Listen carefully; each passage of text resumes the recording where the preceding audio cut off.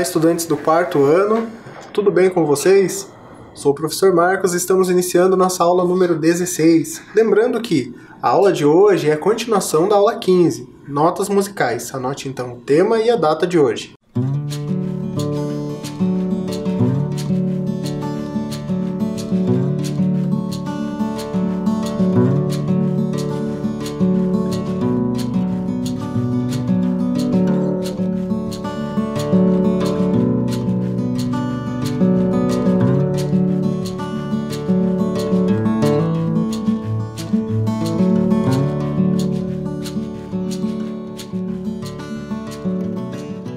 Muito bem, na aula de hoje você vai precisar apenas daquele instrumento que a gente fez na aula passada com alguns objetos. Então assim, se você fez com as garrafinhas, já vai lá, seleciona as garrafinhas novamente, ou se você fez com os copos, pode ir lá separar os copos, né, e fazer aquela escadinha aqui com as águas que nós fizemos na aula anterior. Marca também as cores, você vai precisar também das varetas, né, pode ser palito, ou até um lápis de cor mesmo, pra gente fazer mais um exercício usando esse material.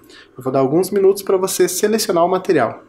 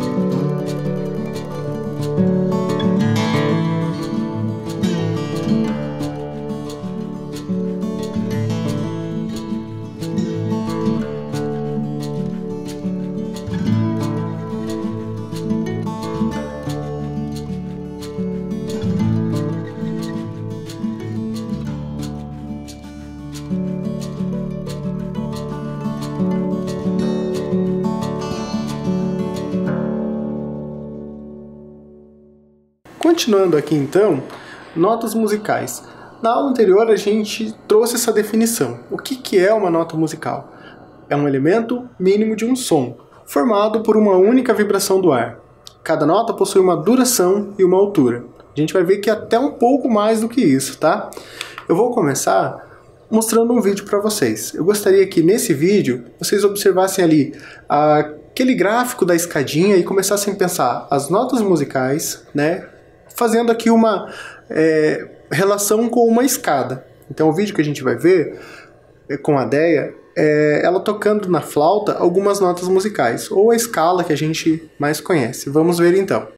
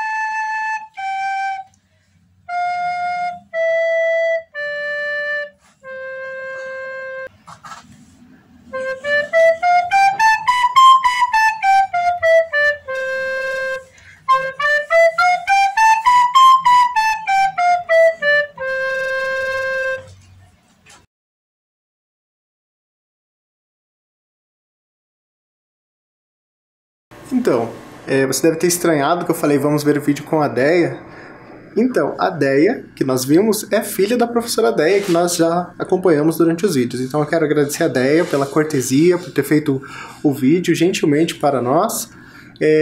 Então, voltando ali, percebeu essa relação com a escadinha ou a escala? Aquela coisa de subindo, descendo, né? Indo do mais grave ao mais agudo, voltando. Era isso que eu gostaria que vocês percebessem nesse primeiro momento. Você já deve ter visto também uma partitura. Não se preocupe, nós não vamos hoje ficar preocupados em entender totalmente como funciona uma partitura. Algumas aulas a gente tem feito registros, né? Por exemplo, na aula anterior, vocês fizeram um registro gráfico alternativo, ou seja, um substituto à partitura. A partitura é um método tradicional de escrita musical. Ela é bem complexa, mas ela levou muitos anos para ser desenvolvida. É isso que a gente vai ver hoje e tentar entender superficialmente como ela funciona. A partitura surge lá no século IX, quando colocaram uma linha. Então, quando surgiu a primeira pauta, né? Pauta, a palavra pauta significa linha. Quando tinha uma linha e começaram a registrar os sons. Vamos pensar que antes disso a música não era registrada. Ou seja, a música normalmente era passada numa tradição oral. As pessoas passavam as músicas mostrando, contando de memória para os outros. E assim a música era passada de geração em geração. A partir do momento em que você começa a registrar, você tem um documento que permite que em outros tempos, em outros lugares, você consiga fazer a reprodução daquela música, mesmo sem ter contato com as pessoas que diretamente desenvolveram ela. Passaram quase 2 séculos, né, mais ou menos, e aí nós temos um monge, o Guido de Arezzo. O que o Guido de Arezzo fez? Primeiramente, ele amplia o número de pautas, ou seja, o número de linhas na escrita musical. Ele passa de 1 para 4 pautas. Isso faz com que ele comece a registrar alturas diferentes, né? Então, ganham em destaque aqui as alturas. A gente já fez alguns exercícios pensando na altura, né? Lembrando, sons mais graves são mais baixos e sons mais agudos são mais altos. Além disso, o Guido de Arezzo, ele nomeou as notas musicais. Então, esse sistema que a gente conhece com essa escala começou a ser definida por ele. De onde surgiram os nomes das notas musicais, você já deve ter se perguntado. Surgiu de um hino que cantavam na igreja, né, na igreja católica. O Guido de Arezzo, ele era o regente do coral da igreja. Então, ele se apropria da primeira estrofe desse hino, que foi feito pelo Paulo Diácono, e se vocês observarem bem ali, a primeira sílaba de cada linha é o nome das notas que a gente tem. Como observação apenas lá na última, né? O nome São João, em latim, era escrito com, né, I, porque no latim não tem J. Então ali foi substituído e por isso ficou Si, né? E não SJ. Só como curiosidade. A letra, inclusive, é bem bonita, né? Aqui é a representação gráfica nas 4 linhas, né, conforme lá o Guido de Arezzo fez. E ali com a letra da música original em latim. A gente vai ouvir aqui só a parte instrumental dessa música.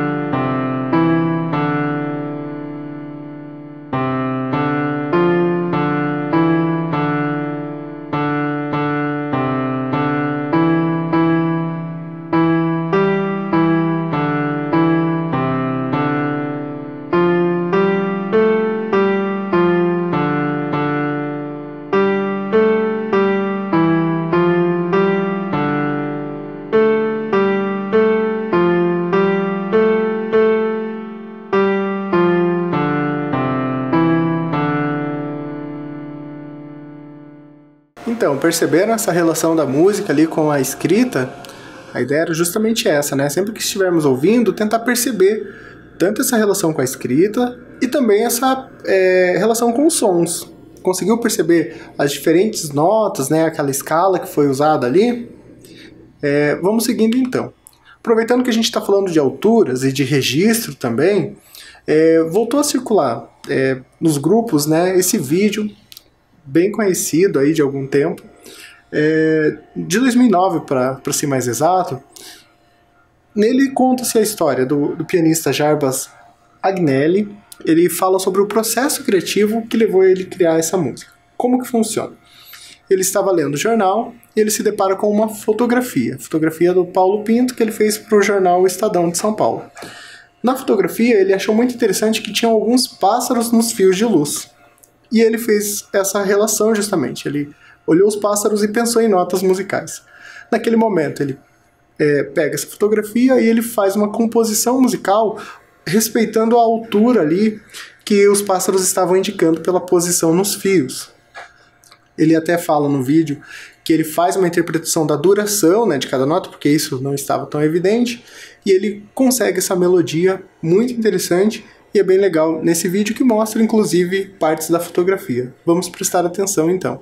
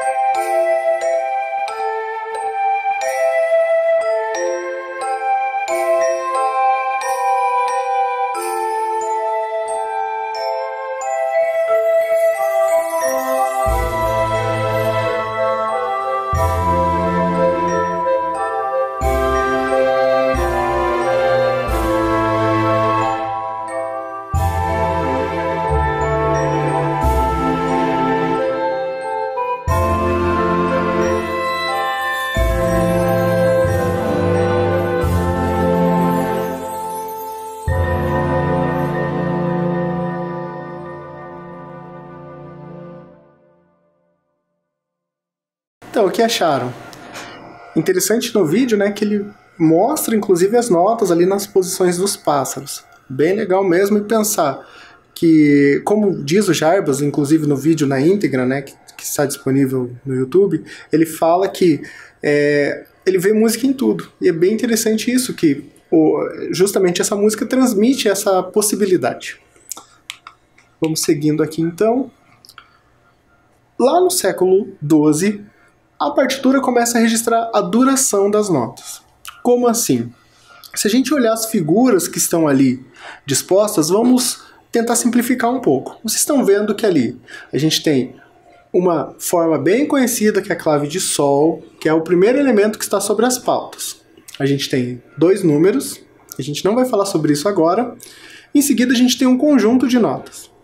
Então, cada vez que a gente tem um agrupamento de notas, a gente tem